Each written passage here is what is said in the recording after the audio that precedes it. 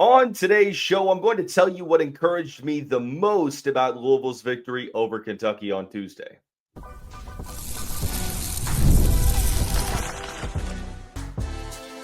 You are Locked On Louisville, your daily podcast on the Louisville Cardinals. Part of the Locked On Podcast Network, your team every day.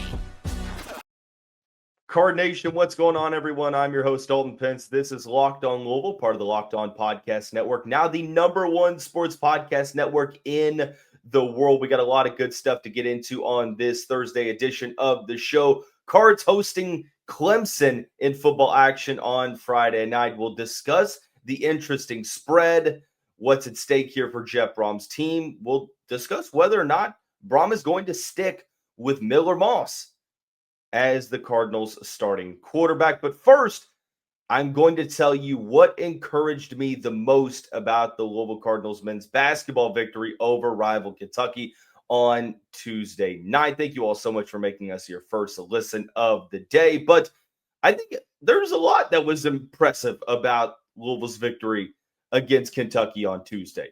Mikel was great. Ryan was great. They attacked Kentucky right away. They answered the emotional bell of this rivalry. They did everything you needed to do, and they won the game. They won the final 4 minutes of the game. Of course, it wasn't completely perfect, like Kentucky fans want to lead you to believe that it was from a Cardinals perspective. But there's one aspect of this that encouraged me the most moving forward, because as great of a victory it is, as nice as it is to take down Kentucky and snap that losing streak, this still is the third game of the year. The Cardinals have huge aspirations for 2025-26. They're going to try to contend for a national championship. So that means that you have to turn the page. Don't get too high. Don't get too low. And you know that Pat Kelsey is keeping this team where their feet are. He's keeping them grounded and ready for the next contest. It will be against Ohio on Saturday.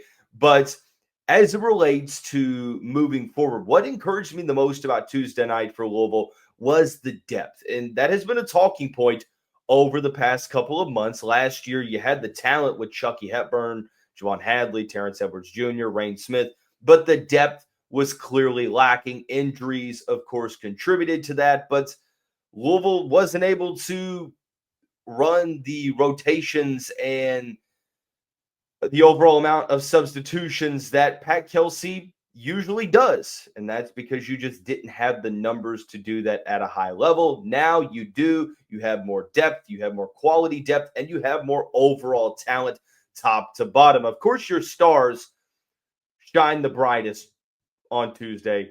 Mikel, Ryan, both scoring at least 24 points. Isaac, 9 points, 5 rebounds, 2 assists, 2 steals. Not a high-scoring game for him, but still he affected the game in more ways than just putting the ball through the hoop. But it's the depth that I came away on Tuesday being the most encouraged about, because, against South Carolina State and Jackson State, your rotational guys off the bench are expected to come in and still produce at a high level because those guys are still more talented than your opposition. When you play a really good team like Kentucky, that depth gets tested, and they answered the bell. 100% they did. Aly Khalifa, 15 minutes off the bench. Adrian Wooley, 17 minutes. J'Vonne Hadley, 27 minutes. Those three guys coming in and not allowing the production to dip when the starters left the game. Kobe Rogers only played 7 minutes, but man, what an impact that he had. Two things that I want to get more specific about. How good of a team this is going to be when one player is not hitting, you're going to have other players step up. That's why you go out and you get those trio of guards from the portal. That's why you go out and get a Mikel Brown Jr. That's why you go to the international ranks and bring in the players that you did. Khani Rooths led the team in scoring and rebounding through the first week of the season. I thought that this could be a potential arrival game for him against a really good team. And the Cardinals won despite Khani Rooths having 0 points. He played 11 minutes of this game, had 0 points, and Louisville still found a way to win. Now, I don't think it is anything suggesting that Rooths wasn't good enough to play in this game. I think it's, hey, you have the depth.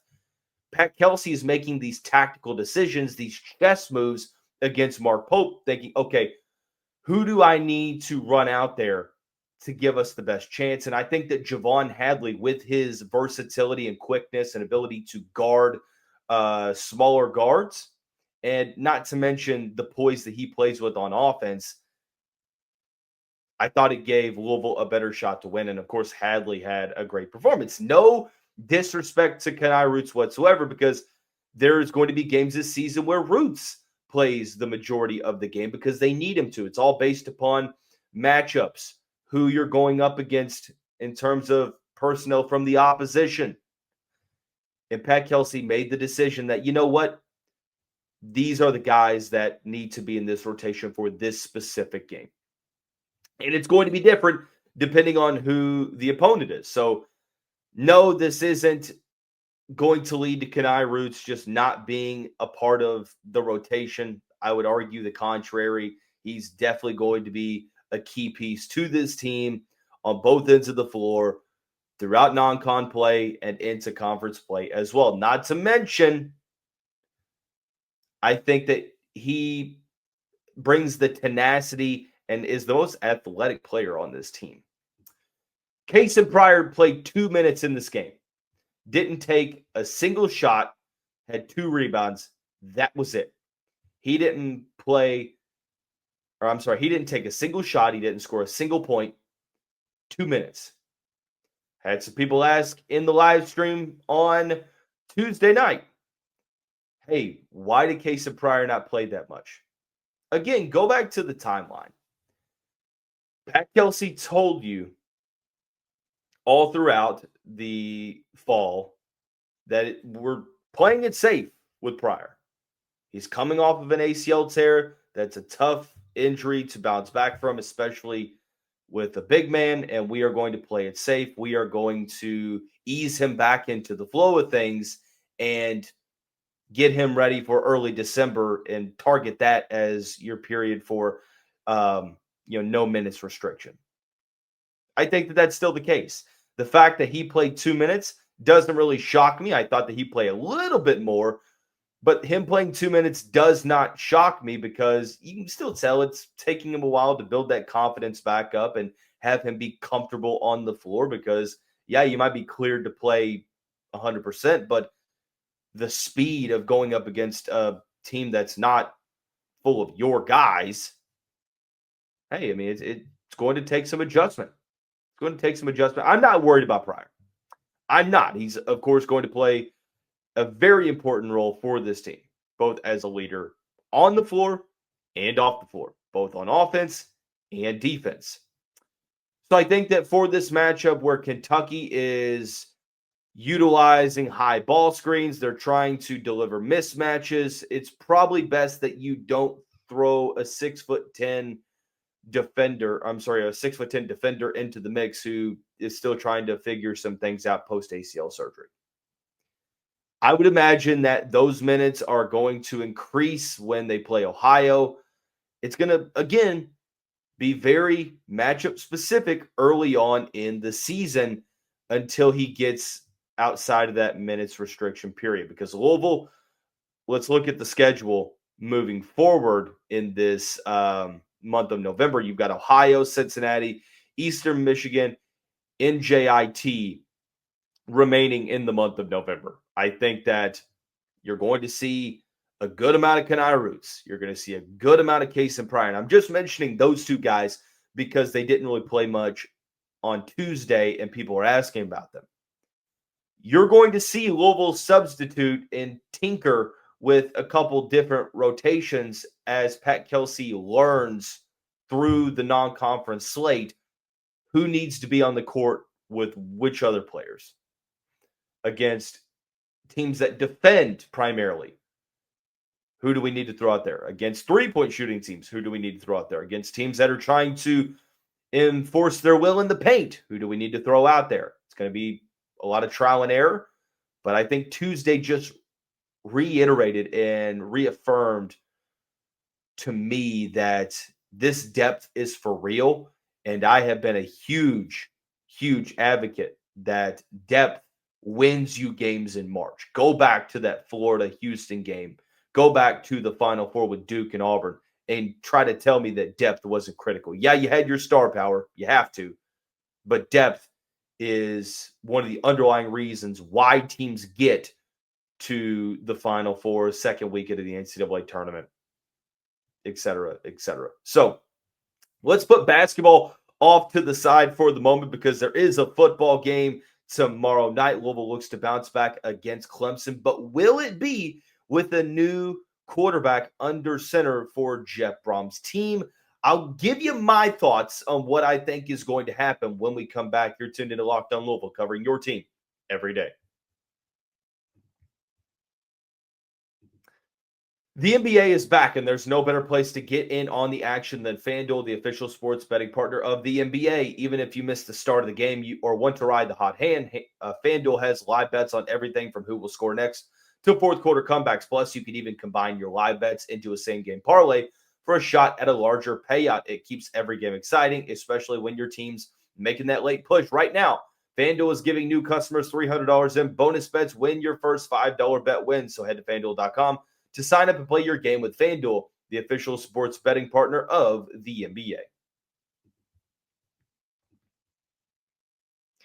Once again, thank you all so much for making Locked On Louisville your first listen of the day. Just a reminder, the show is free and available on all streaming services, including YouTube and TikTok. And thank you all so much for making the Locked On Podcast Network the #1 sports podcast network in the world. Switching over to the football side of things, the Cardinals will be hosting Clemson on Friday night. Not as highly anticipated as maybe we thought going into the season. Clemson 4-5, 3-4 in ACC play. Louisville drops to 7-2, 4-2 in conference play after losing to California. So maybe not as much hype as we previously thought, but there are some main storylines going into this game. And the first one is surrounding the quarterback play.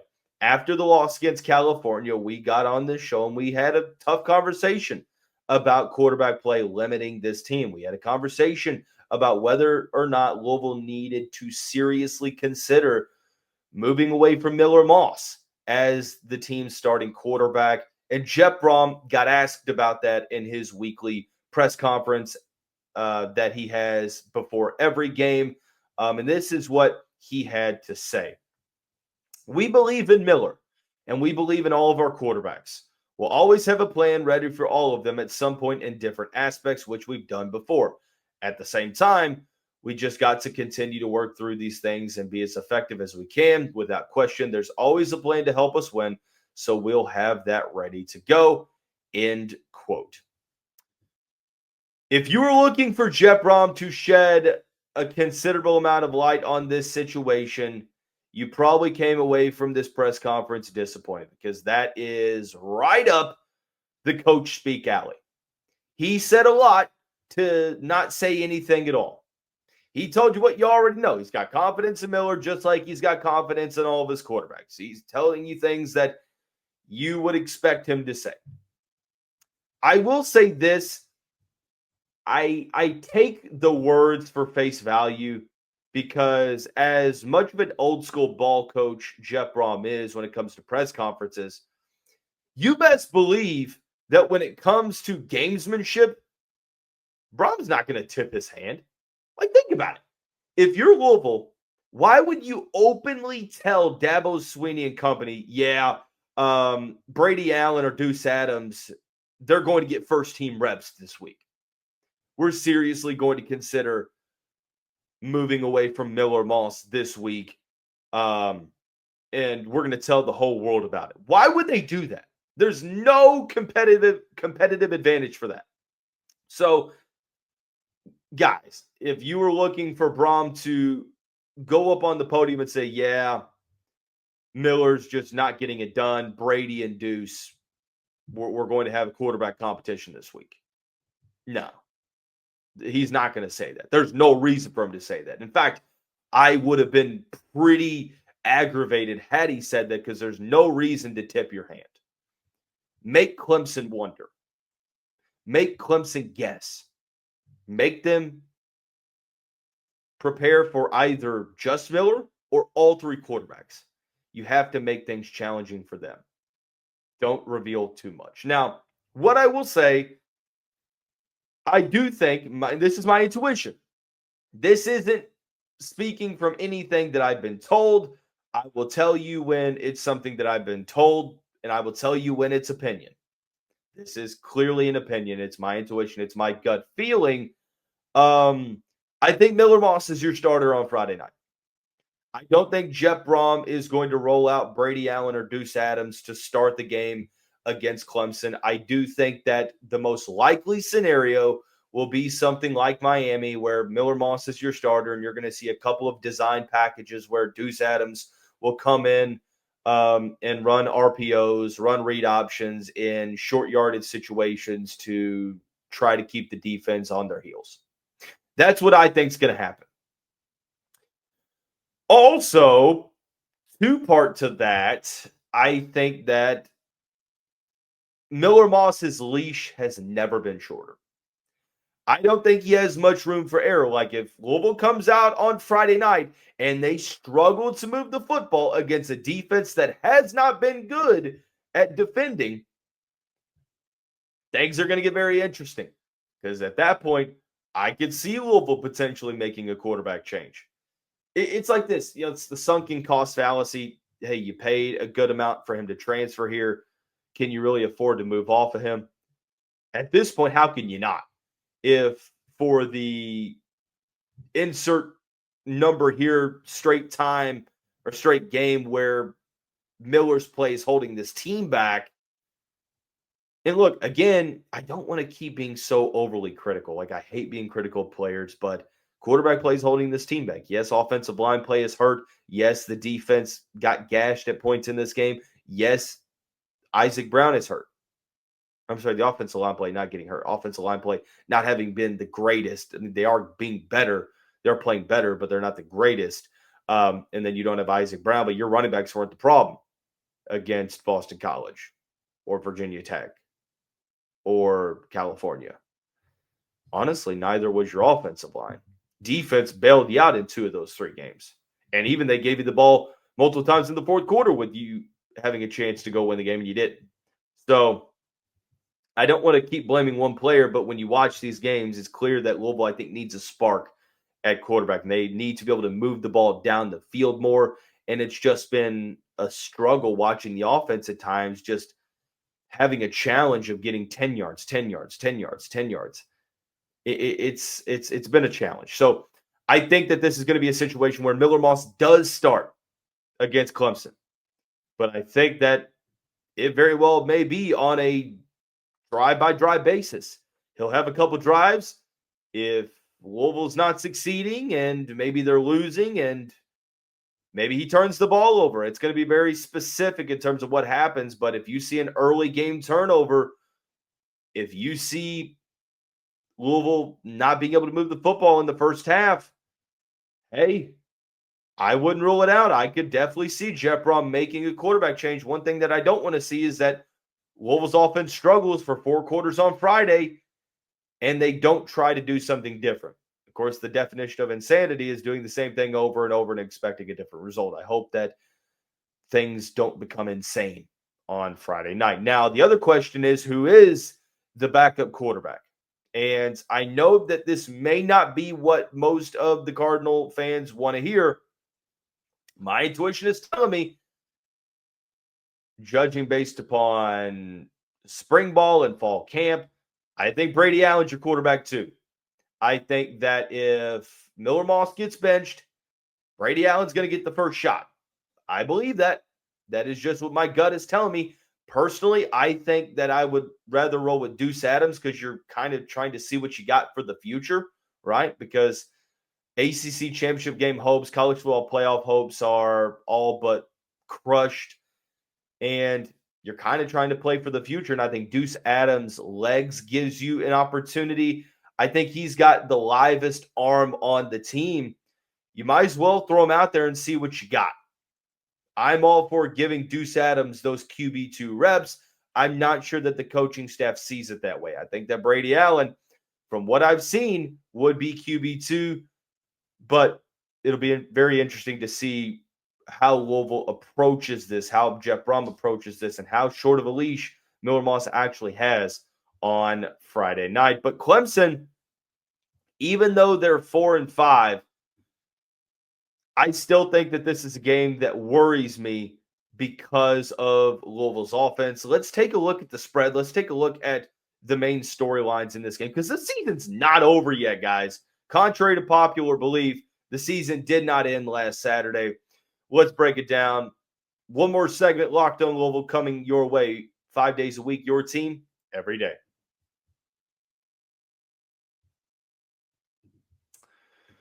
When the opening whistle blows on a new repair, get your crew moving forward with SupplyHouse. Order today and see parts on your doorstep tomorrow. Over 280,000 plumbing, HVAC, and electrical items from the most trusted brands in the business. Their real-time inventory and honest lead times keep you from punting projects, while their industry-leading customer service always has your blind side covered. The part finder tools and 3D schematics can save you hours on jobs where every detail matters. Join the free TradeMaster program today and score serious perks like priority shipping, lower prices, and a dedicated support line. Visit SupplyHouse.com to sign up for free and use the promo code SHCollege5 for 5% off your first order. That's SupplyHouse.com. Real people, real service. Tomorrow's show is kind of up in the air. Of course, we're going to have our keys to victory, everything you need to know about the Clemson game. On Friday nights, we will have Ohio men's basketball preview for Saturday afternoon. There was a report that dropped, I think it was by On3 on Wednesday afternoon, that Louisville is having conversations and working actively to extend Jeff Brohm and give him a raise. So usually when those reports come out, maybe something isn't far away from being announced. So if we do get an announcement on Thursday, just know that we will talk about the news on Friday, but if not, we will, of course, adjust accordingly. But this Clemson game for the Cardinals, Louisville they opened up as a 3.5-point favorite. I think that that's pretty fair. Louisville at 7-2, 4-2 in conference play. Of course, they haven't looked as convincing really a good portion of the season, but they have found ways to win games in the second half. Clemson, on the other hand, has been the biggest disappointment in the conference. They are 4-5. They are 3-4 in conference play. Now, I will say that from watching them, they look better than they did. The results won't show that, but this is a better team on September 12th. They opened up 1-3.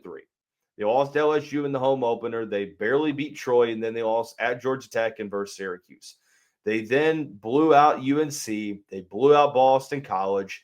They lost SMU with no Cade Klubnik. They lost against Duke. I don't know if you all watched that game, but horrific pass interference called. Clemson should have won the game. I hate bringing up officiating, but the officials stole that game from Clemson. That would have ended the game.